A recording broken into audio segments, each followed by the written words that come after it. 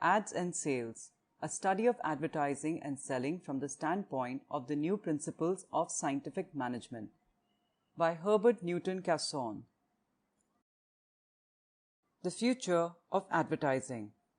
There will be more advertisements in the future, not fewer, and they will be better, not worse. 5 years ago, we thought that the consolidation of industries would greatly decrease the quantity of advertising. We believed that advertising was based wholly on competition, and most of the big consolidations thought so too.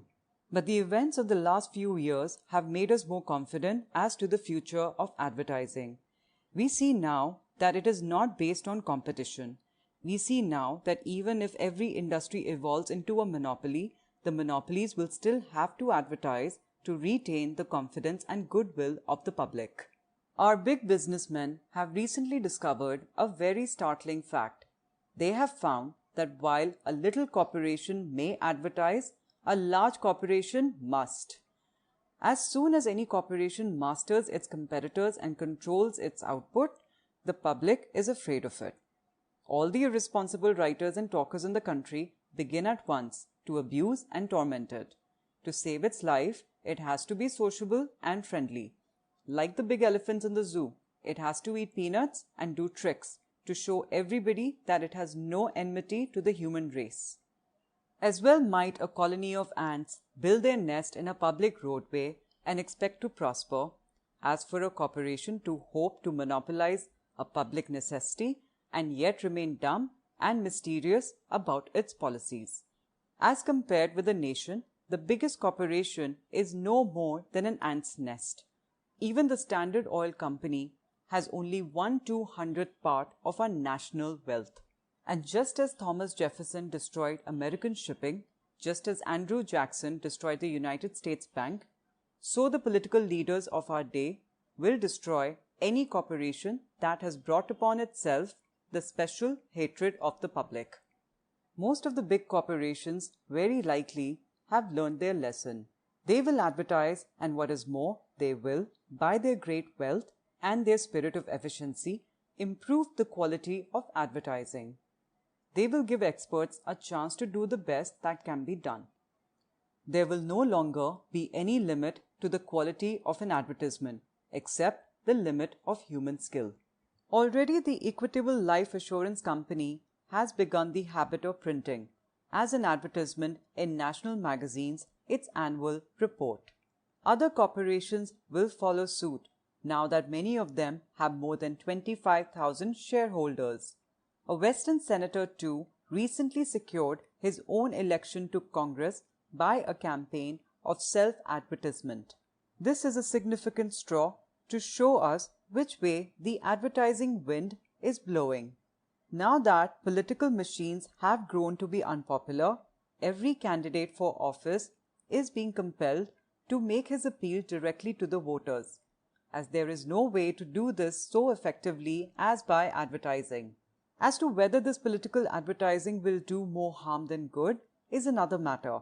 The gain in quantity will probably be more than offset by the loss in quality, as the standards of the office holder are invariably lower than those of the manufacturer and the merchant. There will be more advertising by cities.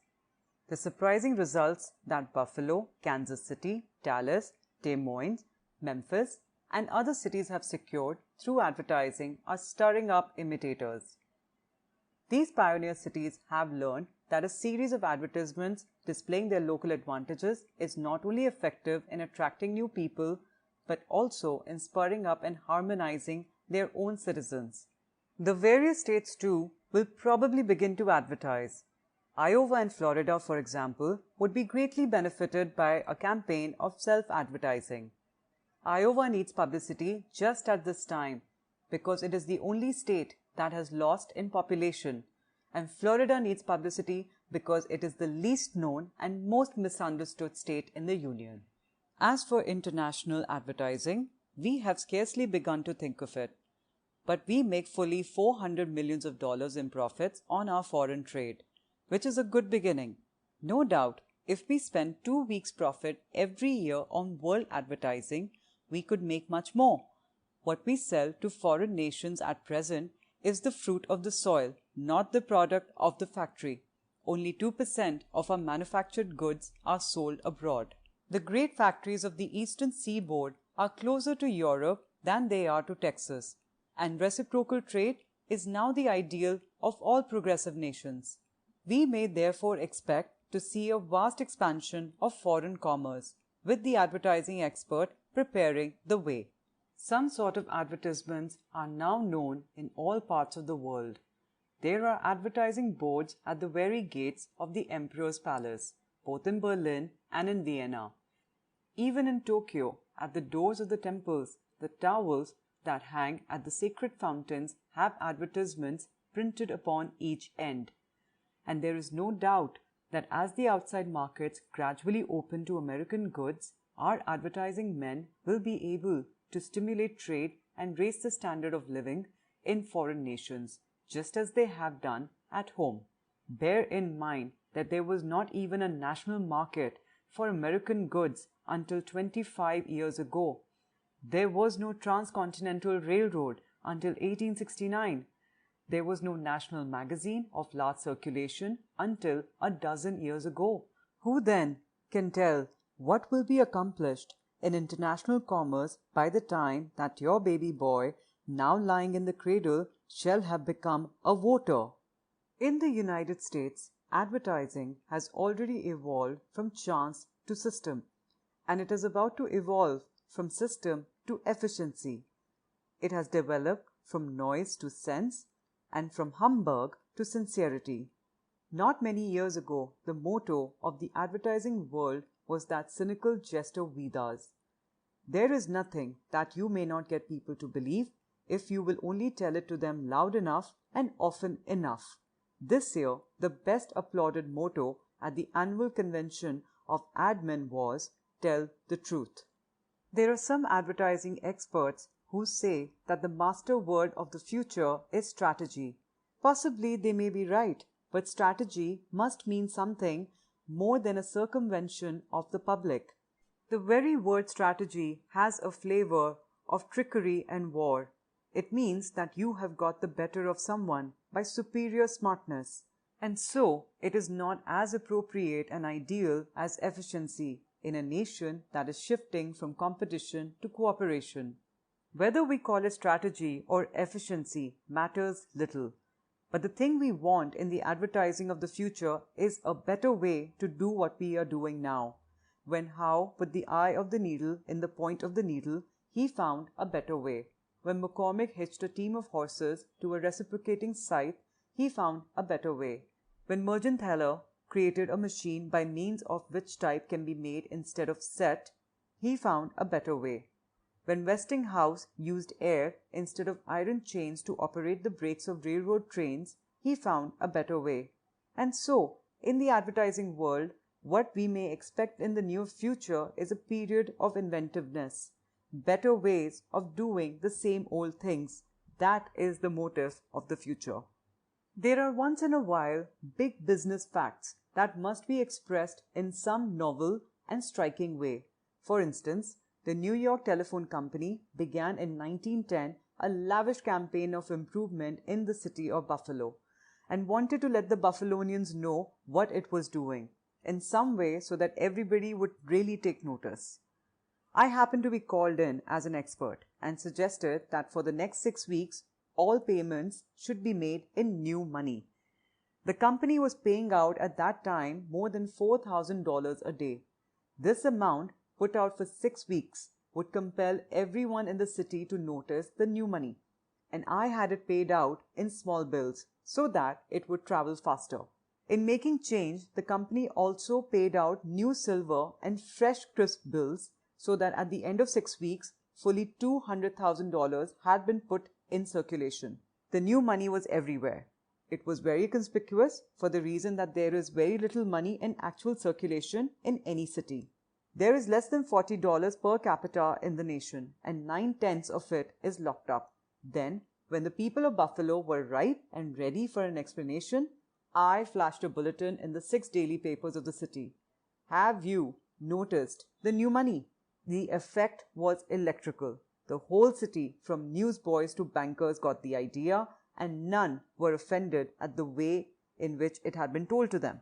This strategy, as it may fairly be called, shows what may be done and done for very little cost if only a better way of conveying the idea can be invented.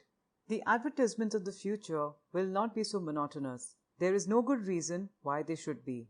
There is no reason why an advertiser should perpetually tootle on 2 or 3 notes as though he were playing the bagpipes. There is no reason why shop talk must be the official language of the advertising agencies. The business world is sparkling with romance and adventure. There is nothing wonderful in the fairy tales of Arabia that cannot be equaled in any department store. Talk about a camel going through the eye of a needle. Even if it could, that would be no more wonderful than the miracle of sending a whole grand opera through the point of a needle. Hans Christian Andersen made several generations laugh at the imaginary talk of a little tin soldier.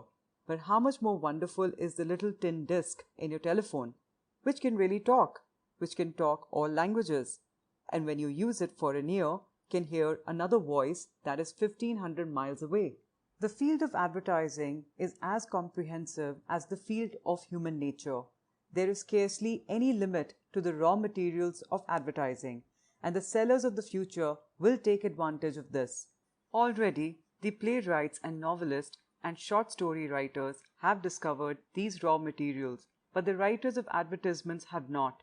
They have stood dumb and indifferent while mere entertainers filched away the choicest facts. This abnormal condition of things will not probably continue, and we will not always be compelled to admit that there is no advertisement of automobiles that is as interesting as the Williamson novels, no advertisement of lumber as powerful as the stories of Stuart Edward White, and no advertisement of a piano as gripping as Belasco's Music Master. When Wilhelm Ostwald, the most eminent of German chemists, paid a visit to the United States several years ago, I asked him what was his attitude towards the future of chemistry. He replied, "My attitude is just this.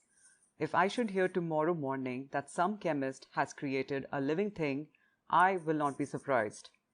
It was a noble answer, but not too noble to apply also to the future of the advertising profession. Here too, there will be great inventions and discoveries. We may not be able to create life or to make 2 blades of grass grow where one grew before, but we can revivify dead industries and make $1 do what 2 did before.